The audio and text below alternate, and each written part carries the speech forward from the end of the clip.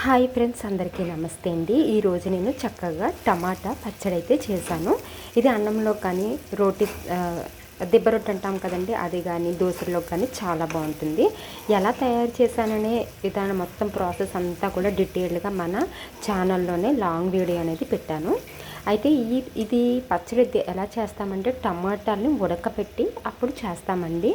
చాలా బాగుంటుంది దీని టేస్ట్ అయితేని. నెక్స్ట్ చాలా తక్కువ సామాన్లతోనే, అంటే మన ఇంట్లో ఉన్నటువంటి ఇంగ్రీడియంట్స్తోనే మనకి ఈ పచ్చడి అనేది రెడీ అయిపోతుంది. ఏమీ లేదండి, కొంచెం ఆవాలు, తర్వాత మెంతులు, జీలకర్ర, ఎండుమిర్చి, వెల్లుల్లిపాయలు ఇవి ఉంటే చాలు. ఇవి టమోటాసు, కొద్దిగా చింతపండు, ఉప్పు, పసుపు, కొద్దిగా బెల్లం, ఇవి మాత్రమే ఉంటే చాలండి. చాలా టేస్టీగా ఉంటుంది ఈ పచ్చడి.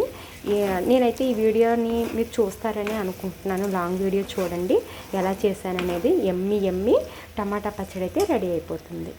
నా వీడియో కనుక మీకు నచ్చినట్టయితే షేర్ చేయండి, సబ్స్క్రైబ్ చేయండి. Thank you.